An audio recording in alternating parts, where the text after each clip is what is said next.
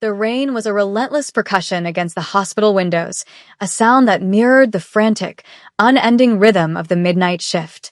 Kenna pushed a stray curl from her forehead, her dark green scrubs feeling damp and heavy on her exhausted frame. 24 years old, and she already felt ancient, worn down by the perpetual cycle of beeping machines and human suffering. She was a ghost in these halls, a pair of capable hands, a soothing voice, but never a person. Invisible. Tonight, the feeling was a physical weight pressing on her sternum. The emergency room was a chaotic symphony of pain, and she was just another instrument, playing her part until the final, merciful note of dawn. In room 3, that final note was approaching for Mr. Park. He was old, withered, his breath a shallow, rattling thing. His chart was a litany of failures, a story of a body giving up. Kenna adjusted his pillow, her movements gentle despite the exhaustion clawing at her. His eyes, clouded with delirium, fluttered open and fixed on her. A flicker of lucidity, sharp and desperate. Gwishin, he rasped his hand, surprisingly strong, clamping onto her wrist. The word was foreign, a guttural plea. You must call him. My son. Kenna's training screamed at her to disengage, to call for a sedative, to maintain professional distance. But the raw terror in his eyes broke through her fatigue. He was just a scared old man dying far from home. He pushed a crumpled napkin into her hand, a string of numbers scrawled on it in a shaky hand. Please, he begged, the sound tearing from his throat. Tell him the silver dragon sleeps. It was against every rule. Using a personal phone, getting involved. But looking at his face, a roadmap of a long and difficult life, she couldn't refuse. She slipped into the sterile quiet of the supply closet, the scent of antiseptic a sharp contrast to the storm outside. Her fingers trembled as she dialed the number on her own cell. It rang twice. A voice answered, not with a greeting, but with a silence so profound it felt like a physical presence. It was a man's voice, low and cold as deep water. Yes. The word was clipped, precise, laced with an authority that made the hair on her arms stand up. Kenna swallowed. Hello, I'm a nurse at Mercy General Hospital. I'm calling for a Mr. Park. He asked me to call you. There was another beat of that unnerving silence. Is he gone? The question was devoid of emotion, a clinical inquiry. It's very close, she stammered, feeling foolish and unprofessional. He wanted me to tell you. The silver dragon sleeps. The silence that followed was different. It was heavier, charged. Kenna could almost hear the gears turning, the calculations being made on the other end of the line. Who is this? The voice demanded, a sudden, sharp edge to it. What is your name? Kenna. My name is Kenna, she whispered, her own name sounding foreign. Thank you, Kenna, he said, and the line went dead. She stood frozen in the closet, the dial tone buzzing in her ear. A profound sense of dread washed over her, cold and absolute. When she returned to room 3, Mr. Park was gone. His eyes were closed, his face peaceful. The frantic energy had vanished, leaving only the quiet hum of the machines that had failed to save him. The rain hammered against the glass, and Kenna felt a tremor of fear, a premonition that the storm she'd just invited into her life was far more dangerous than the one raging outside. The hours that followed were a blur of paperwork and procedure, the mundane aftermath of death. Kenna moved on autopilot, her mind replaying the phone call, the cold, resonant voice that had promised nothing and yet felt like a verdict. The rain softened to a persistent drizzle as the first hint of a bruised, gray dawn threatened the eastern sky. The shift was almost over. She was in the break room, nursing a cup of lukewarm coffee that tasted like ash, when the hospital's sterile calm was abruptly shattered.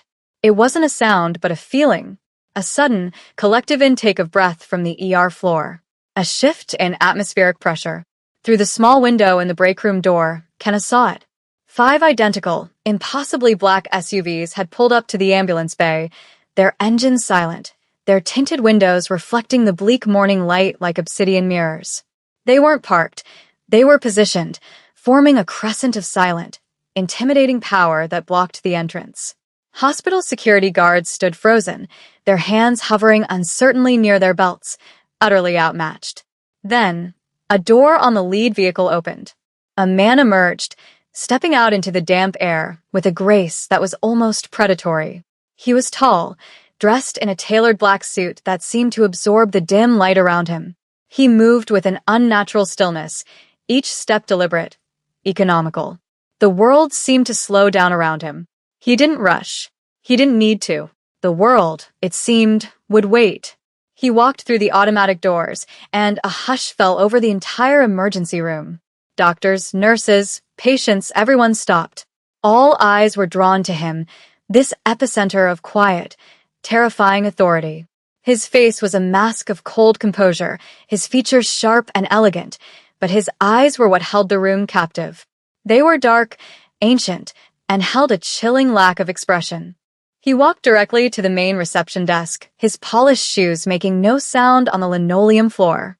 He didn't look at the trembling receptionist. He looked past her, scanning the room as if searching for a single, specific frequency in the chaos. "I am looking for a nurse," he said. His voice was the same one from the phone, low and controlled, yet it carried across the cavernous space with absolute clarity. "Her name is Kenna." Every head turned. Kenna's heart hammered against her ribs, a frantic bird trapped in a cage. Her coffee cup slipped from her fingers, shattering on the floor. A colleague, a wide-eyed intern named Ben, poked his head into the break room. "Kenna? There's someone here for you." Kenna couldn't move. The man at the desk slowly turned his head, his gaze sweeping past the gurneys and the 4 drips until it landed, with unerring accuracy, on the break room door. On her. Their eyes met across the room, and in that instant, she knew her life, the small, invisible, ordinary life she had so desperately clung to, was over. Kenna walked out of the break room, her legs feeling like lead. The path to the reception desk seemed miles long, a green mile of linoleum under the buzzing fluorescent lights. Every eye in the ER was on her, a mixture of fear and morbid curiosity on their faces. As she approached, the man's focus narrowed, his dark eyes cataloging every detail of her appearance, the exhaustion etched around her eyes, the cheap fabric of her scrubs, the faint tremor in her hands. He was even more intimidating up close. He smelled of rain, expensive cologne, and something else, something metallic and cold like power itself. Let's call him Jinwoo. He was a statue carved from granite and shadows. "You are Kenna," he stated. It wasn't a question. "My father spoke of you." Kenna's throat was dry. "Your father, Mr. Park? I'm so sorry for your loss." "I did what he asked." "You did." Jinwoo agreed, his voice a low murmur. "He called you Guishin. Do you know what that means?" She shook her head, a small, helpless motion. "It can be translated as ghost or spirit," he explained, his gaze intense, pinning her in place. "But in the old tongue, in the context of my family, it means something more. A guide. A soul fated to appear at a moment of great transition." A harbinger of change. Kenna stared at him, bewildered. "I'm a nurse. I was just doing my job. My father was not just a patient in your hospital," Jinwoo continued, ignoring her protest. "He was the elder of the Chongliang clan. The Silver Dragon," the name from the phone call. It clicked into place with sickening clarity. This wasn't a grieving son. This was a succession. His death was not unexpected, but the timing of it and his final words have consequences. He gestured slightly with his chin, and 2 other men, previously standing like sentinels by the door, moved to flank him. One had a calm, analytical face. The other's was etched with suspicion, his eyes glaring at Kenna as if she were a venomous snake. "My father's acknowledgement of you, this Guishin, has made you a figure of great significance. A symbol. His death has created a vacuum, and the vultures are circling. They see his final prophecy not as a blessing upon me, his rightful heir, but as an omen of instability. And you," he said, his voice dropping, becoming dangerously soft, "are at the center of that omen. Fear, cold and sharp, pierced through her confusion." "What are you talking about?" "I don't have anything to do with this. You made the call," he said simply. "You became the messenger. You are the last person he spoke to, with a clear mind. To my rivals, that makes you either a key to legitimacy or a weapon to be used against me. They will want to know what else he said. They will want to control the narrative. They will want to control you, the world tilted on its axis. This was insane. This was a mob movie, a fantasy, not her life. "I'm not going anywhere," she said, her voice trembling but defiant. Jean Woo's expression didn't change, but a flicker of something cold and hard moved in his eyes. "That is no longer your decision to make," he said, the words an iron sentence. "The call you made was a beacon. Every faction in my world now knows of the nurse named Kenna. You are no longer safe here. You are not safe anywhere." He took a step closer, his presence overwhelming. "You will come with me now." It was not a request.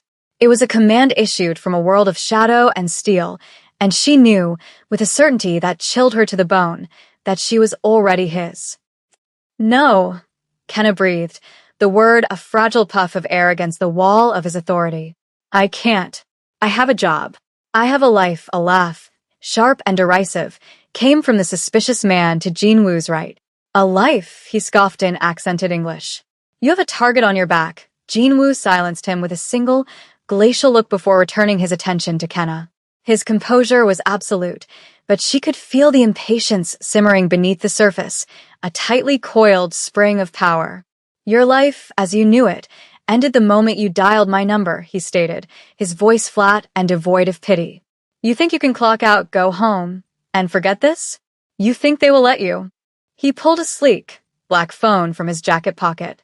With a few taps of his thumb, he turned the screen towards her. It was a live video feed. Her stomach lurched.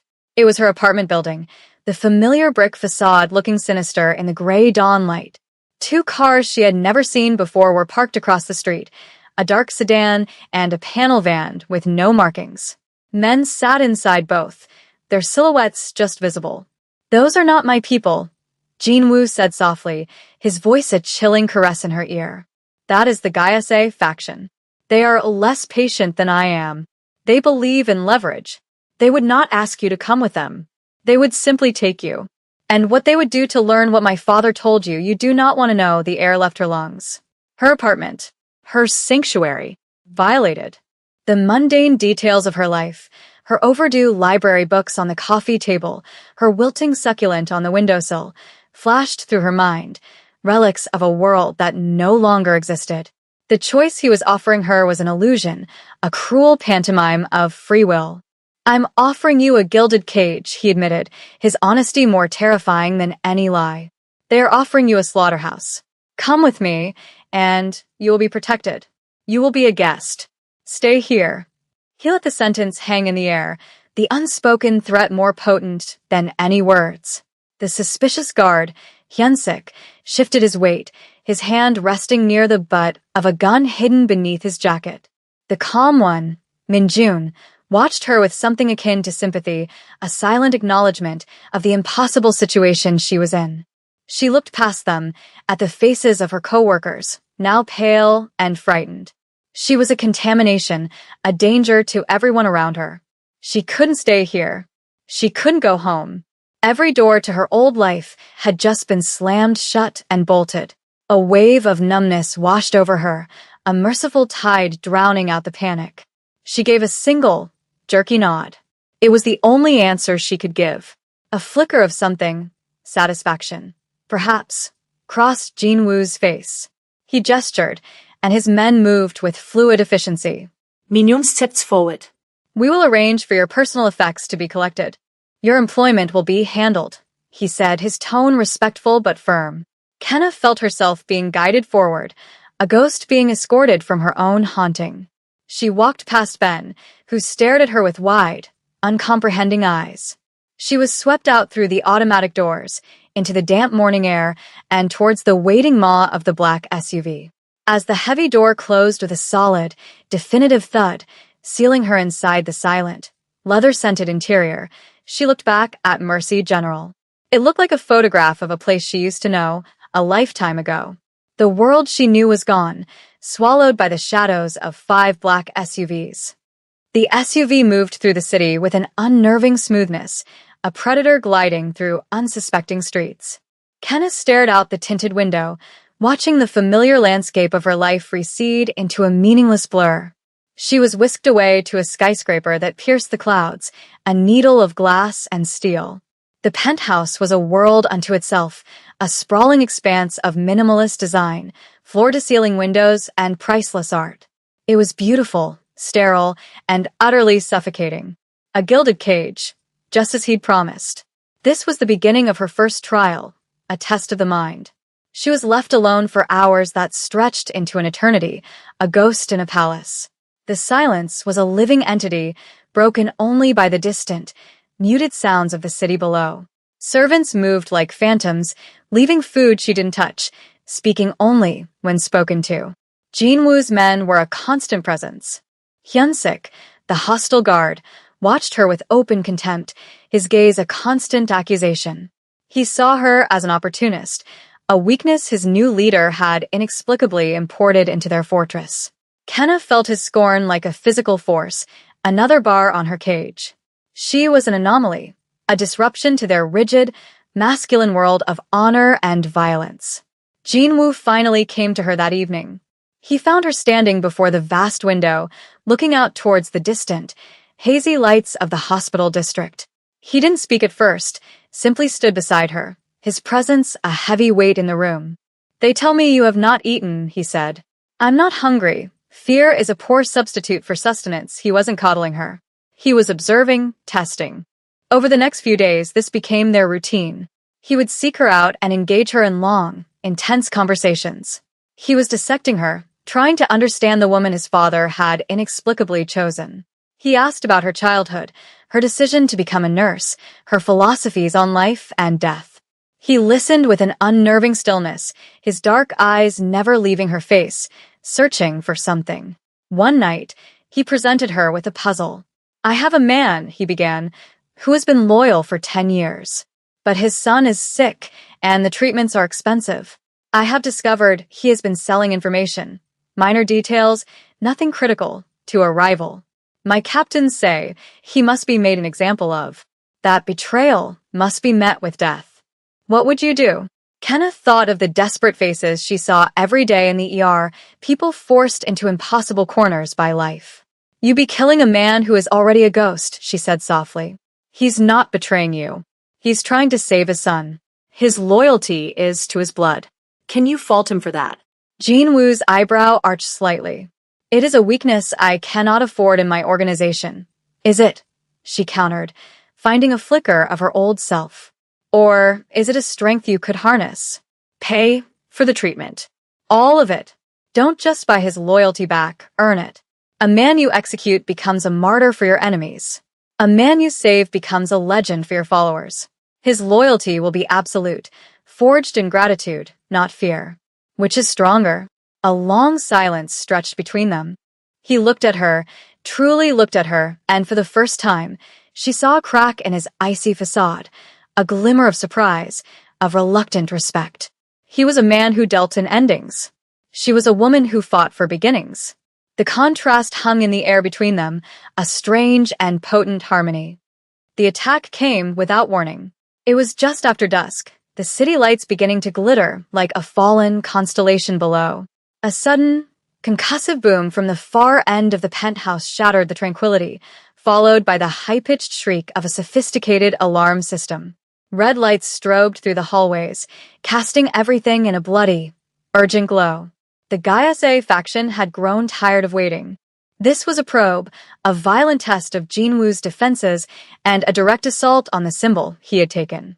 Kenna's heart leaped into her throat, but years of ER chaos had conditioned her. While the household staff screamed and scattered, her training took over. Adrenaline sang through her veins, not as fear, but as focus. Jinwoo was instantly in motion, a blur of deadly grace, issuing clipped commands in Korean into a device on his wrist. Men in tactical gear materialized from unseen doorways, weapons raised, forming a protective perimeter around him. Their eyes were on the threat. Kenna's were on the fallout. A stray bullet had ricocheted, and one of Jinwoo's younger guards went down, clutching his leg, a dark stain blossoming rapidly on his trousers. The other guards were too focused on the firefight erupting near the main entrance to notice. "He's hit," Kenna yelled, but her voice was lost in the din. Without a second thought, she ran. Not away from the danger, but towards it, her body moving on pure instinct. She skidded to her knees beside the injured man, who was pale and going into shock. "Look at me," she commanded, her voice cutting through his panic. The artery was nicked. He was bleeding out fast. She didn't have a kit. She didn't have supplies. She looked down at her own clothes, the simple pants and silk blouse they had provided her. Without hesitation, she ripped the expensive blouse from her shoulder, tearing a long strip of fabric. It wasn't ideal, but it would work. As she began to wrap it tightly above the wound, she saw her scrubs belt from her first day, discarded on a chair. Better. She grabbed it, expertly cinching it into a tourniquet, her hands sure and steady despite the chaos. "Press here." She ordered another guard who had glanced their way, positioning his hands over the wound. Hard as you can from across the room, through the smoke and strobing lights, Jin-woo saw her. He had been directing the defense, a cold and efficient general. But his movements faltered as he watched her. He saw her, not cowering, not screaming, but kneeling in the middle of a firefight, her face a mask of fierce concentration, her hands covered in his man's blood as she worked to save him.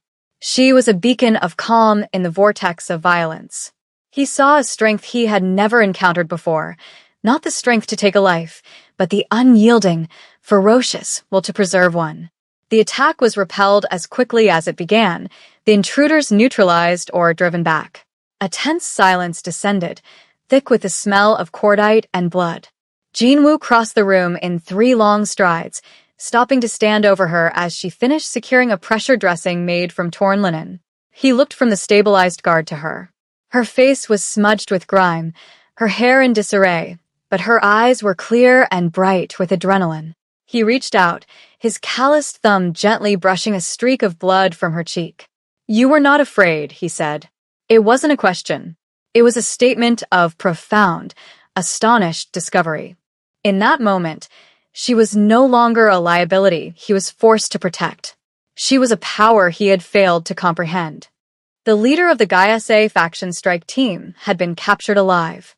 He was a hard man with defiant eyes, kneeling in the center of a stark, concrete room in the sublevels of the building.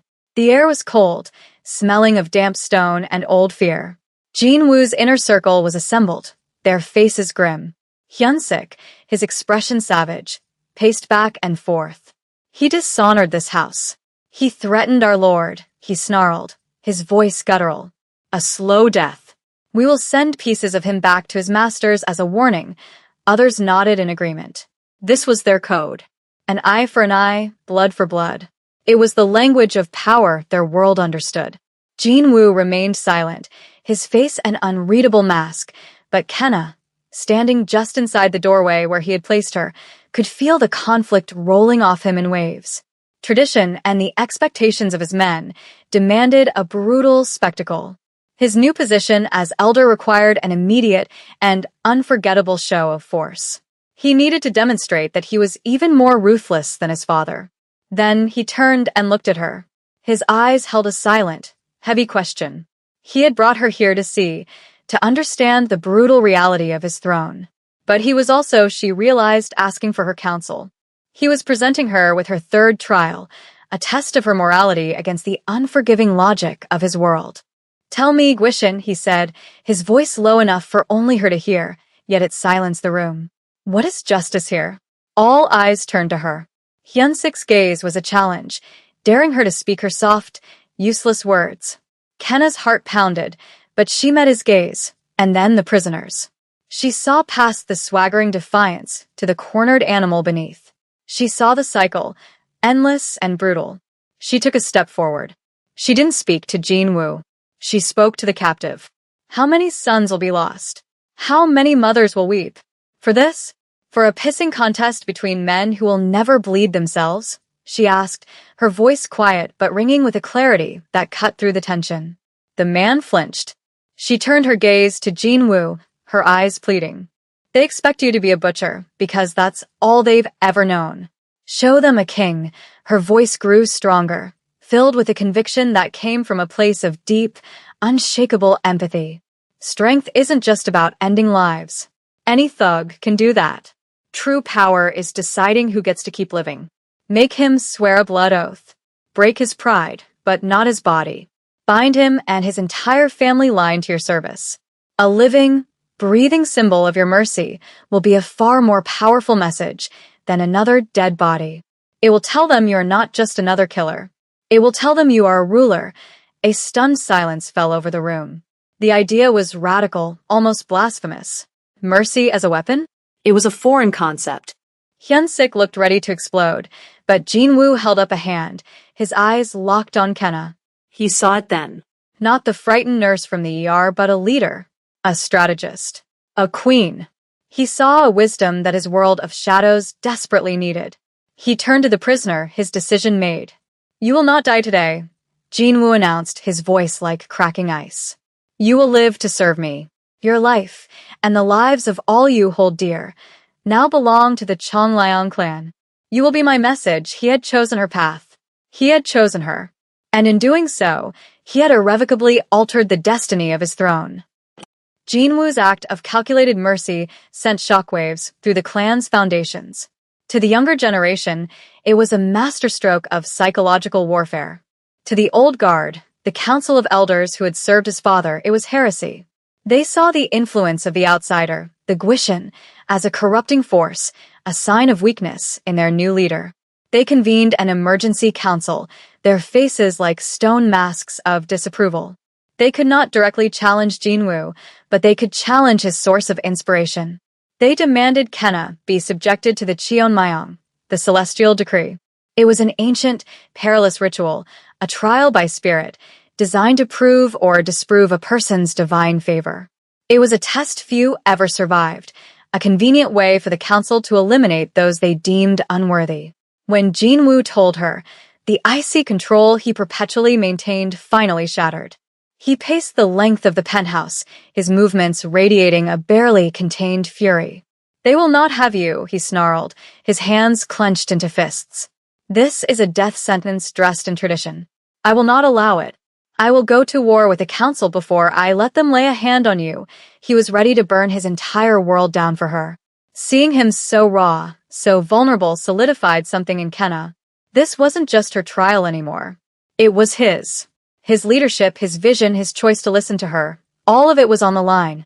If he refused the council, he would be seen as a tyrant ruled by a foreign witch. If she ran, she would prove their accusations correct. She walked over to him, placing a hand on his arm. The muscle beneath was coiled as tight as a steel spring. Stop, she said softly.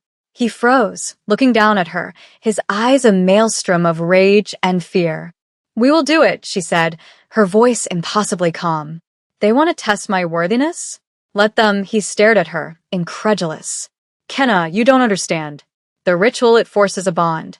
It will link our life forces. If the spirits deem you unworthy, it won't just kill you. It will tear you apart from the inside out, and the backlash could cripple me for life. And if I am worthy, she asked, her gaze unwavering. We will both be more, he admitted, the word tasting like ash in his mouth. The bond will be permanent, she saw the truth in his eyes. He was terrified, not for himself, but for her. In that moment, she accepted it all, the gilded cage, the violence, the impossible destiny. She had been a ghost in her own life for so long. Now, she was being seen, truly seen, and she would not flinch from the light. Then they are not just testing me, she said, her hand tightening on his arm. They are testing us. And we will not fail. The ritual was held in a chamber deep beneath the skyscraper, a room of polished black marble that felt like the inside of a starless night. A single silver brazier burned in the center, its flame casting long, dancing shadows. The elders, clad in ceremonial robes, chanted in a low, monotonous drone. Kenna and Jin-woo knelt on opposite sides of the brazier, facing each other. The air was thick with ozone and incense. As the chanting reached a crescendo, a shimmering thread of pure silver light emerged from the center of Jin-woo's chest. It snaked through the air, beautiful and terrifying, and touched Kenna's sternum. Agony and ecstasy warred within her. An electric fire surged through her veins. The bond opened, and she was flooded. She felt his centuries of crushing loneliness, the immense burden of his name, the cold discipline that held his own spirit in check. In turn, he felt her. He felt her stubborn resilience, the fierce, burning core of her compassion, the quiet courage of a woman who ran toward the wounded, not away. The silver thread became a torrent, a river of light that enveloped them both, blinding the onlookers. It was a merging, a violent and sacred alchemy of two souls. The silver light pulsed, a miniature sun born in the heart of the earth. It held them suspended in its core for a timeless moment before exploding outwards in a silent, shockwave of pure energy that flattened the brazier's flame and sent the elders stumbling back. Then, just as quickly, the light contracted, rushing back towards them, not into them, but between them, settling into a single, shimmering, almost invisible cord that tethered them soul to soul. The chamber was plunged into a heavy, ringing silence. Kenna's lungs burned as she took her first breath in this new reality. She didn't feel consumed or torn apart. She felt forged, complete. She opened her eyes. They were still her eyes, but they held a new depth, a shared history, a knowledge that was not entirely her own. She saw Jinwoo, and she saw the centuries of loneliness that had just been filled. The elders stared, their faces a mixture of awe and terror. She had not only survived the Cheonmyeong, she had mastered it. The ritual had not just judged her worthy, it had celebrated her. The first to move was Hyunsik, the guard who had watched her with such suspicion and contempt, who had seen her as a poison in his master's veins, took a shaky step forward. His face was pale, his eyes wide with a dawning reverence. He dropped fluidly to one knee, his head bowed so low his forehead nearly touched the marble floor. Yoingnim, he breathed, the Korean word for queen escaping his lips in a choked whisper. My lady, one by one. The others followed his lead. The guards, the formidable captains, and finally, the ancient, stubborn elders themselves. They knelt before her, their pride broken, their skepticism burned away by the silver fire. They were no longer just Jinwoo's men. They were hers. Jinwoo rose to his feet, his movements graceful, his eyes never leaving her. The raw fury and fear were gone, replaced by a look of profound wonder. He was seeing her, not as the nurse, not as the Guishan, not as a political symbol, but as his destiny made manifest. His other half. He crossed the space between them and extended a hand. When she took it, a gentle warmth pulsed from the invisible bond connecting them, a quiet hum of shared life. He raised her hand to his lips, his gaze possessive and adoring. The council wanted to test you, he murmured, his voice a low, intimate rumble that was meant only for her, yet it resonated with the authority of a king. Instead, they tested us. He kissed her knuckles, a formal, yet deeply personal gesture of fealty.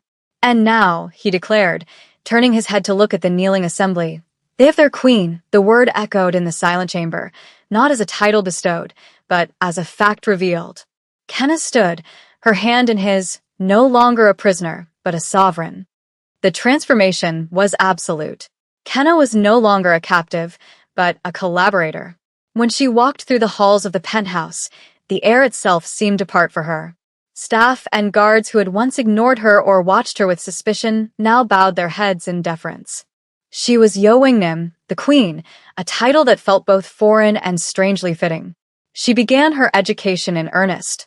Minjun, the calm, logical guard, became her patient tutor, spending hours explaining the intricate web of politics, the history of the clans, the delicate balance of power she now inhabited. She learned the language, the customs, the names of allies and enemies. Hyunsik, in a complete reversal, became her shadow, a fiercely loyal and utterly devoted protector whose life was now secondary to her safety. His earlier hostility had been forged into an unbreakable shield. But Kenna refused to let this new world consume the woman she had been. She had not been chosen for her ability to command or conquer, but for her instinct to heal.